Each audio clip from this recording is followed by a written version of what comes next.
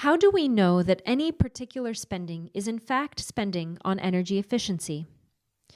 There are different ways of counting energy efficiency investment, and we must be careful to consider the definitions being used.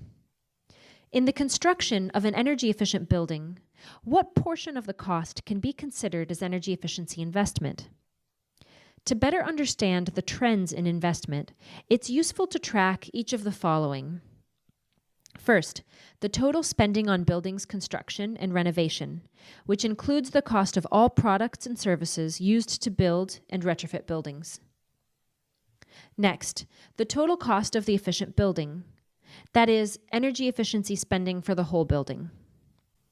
The cost of the efficient components, such as insulation or an efficient air conditioner, that is, energy efficiency spending by component. The difference between the cost of what would have been installed if the building weren't efficient and the cost of the efficient components, that is, the incremental cost. And the additional cost due to the fact that the building must meet government minimum standards of energy efficiency, that is, government-induced investment due to regulations and incentives or information programs. These are each useful to better understand how much spending can be influenced and what the efficiency spending actually is. Incremental investment is often used as the basis for understanding pure efficiency spending, accounting for only the spending on the efficient product or services, the upgrade case, above the cost of a non-efficient product or service, the baseline case, and can have different definitions.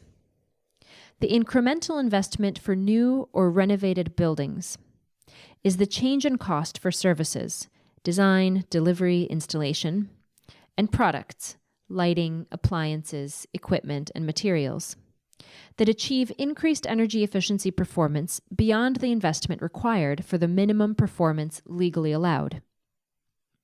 For building types and products that have legal requirements on the performance of buildings, building services, or building products, this cost is the incremental spending beyond that needed to achieve the minimum energy performance standards, energy efficiency regulations, or building energy codes.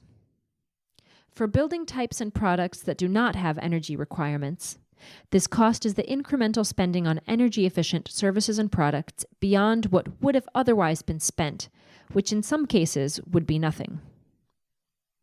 For the incremental investment in buildings achieved due to the improvement in energy efficiency policies, this cost is the incremental spending required to achieve the new energy performance requirements beyond the previous level to which the market had already adapted.